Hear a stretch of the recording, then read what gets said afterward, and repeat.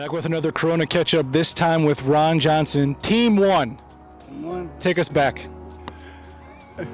Humble beginnings, but I can honestly say, mostly because Disney was here, I honestly thought we would get here, not final destination, but I honestly thought Orlando, Disney, weather. I had 11,000 students back then, didn't know it'd get this big, but I knew that we would make it athletically to something like this. So been involved and been to every football game I've ever had at home, and it has been an incredible ride since day one, absolutely. If you look back on your playing career, what's that one moment that you think of that brings you goosebumps? Well, two things. One, I intercepted the first pass ever thrown against us, against the West Point All-American Lehman Hall. It was a bad pass, but I don't go back to that. But really, the main thing ever, coming out of the tunnel, the first time ever, 1979, it was a big deal to me, 14,188 people, not that I was counting, screaming fans, legal drinking age was 18, 14,000 plus drunk fans, and I had some transfer things and all that, and had a long, arduous road to get there. Running out of that, regardless what happened afterwards, it was the dream come true for me since I was 7 years old. It truly was. That brings me goosebumps. Talk about the rise over the years. You alluded to it earlier, but the only program that's gone D3, D2, FCS, FBS, Power 4. Good. I love to do this because very few people do. The record books don't show it, and I'm one of only a few people that know it. There was something before D3. We were actually not sanctioned in time, and we were club football. And so not only are we the only one that went through all the other ones, there was a plus one. So 79 was club, because I knew that, because I was put up for academic All-American, and they couldn't take it because we weren't actually sanctioned. So club, D3, 2-1. So it has been, we've made some missteps along the way financially and, having the right people in place, and sometimes we didn't. But when the Orsinis got here, Dr. Hitt, and I think they changed the trajectory, realizing how important football specifically would be for the entire school, athletic department, etc.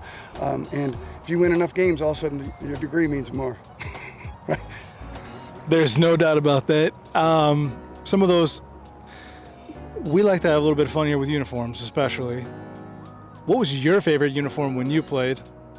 Well, because you had two to choose from. Yeah, exactly. The things that were kind of cool, I actually liked the white jerseys, the away jerseys, and we got to keep mine, and mine actually had my own blood on it, which was par for the course for me. But I liked it because they kind of looked like Notre Dame, so from that standpoint, and we also looked like Army, but it was cool. And then in the future, what have you seen some of these combinations over the years? You've done a lot. What's been some of your favorites? Well, the space uniforms, it's pretty easy to say, but the combination when Frost got here, when we switched to Nike, was, I think, kind of tectonic from a marketing standpoint. It was cool to have stuff, and we had cool stuff that kids that even their parents didn't necessarily go to UCF. We started merchandising the way real colleges did. So, and I'm not a big fan of the Citronaut stuff. I'm wearing this color shirt. It's more marketable, and it's happening. So I'm glad we do it. I'm glad even the Naut thing. What are we? We're Knights, but Naut works because if someone likes that kind of stuff, which is powder blue, a lot of schools are going to it, but it's working for us because we're with the big boys now. Absolutely. Do you have a prediction on what you think you might see in a 2025 space uniform? Never. Matter of fact, I think it's creative enough that they change up enough. It will be picture worthy. I can guarantee that. If you could leave us with a piece of advice for a current roster member of the UCF football team, what would it be? One thing, and really one thing only, and I do talk to a number of players, and there's a saying from yesteryear, it goes, what I had, I gave, what I kept is lost forever. Every practice, you'll remember that. And kids remember, adults remember sometimes, that they didn't give enough. No one ever says, I wish I didn't play. Too many people say, I wish I would have given it more effort or whatever. Once it's gone, doesn't matter. If that sprint's gone, it's over. So give 100%. Know what 100% is, first of all, and then give it. And the beneficiary is only going to be you. Maybe those around you, but you for a lifetime. I'm 67 years old, and it still matters. What I had, I gave. It wasn't very good, but I gave it, and I'm happy. Thank you, Ron. Absolutely. That's awesome.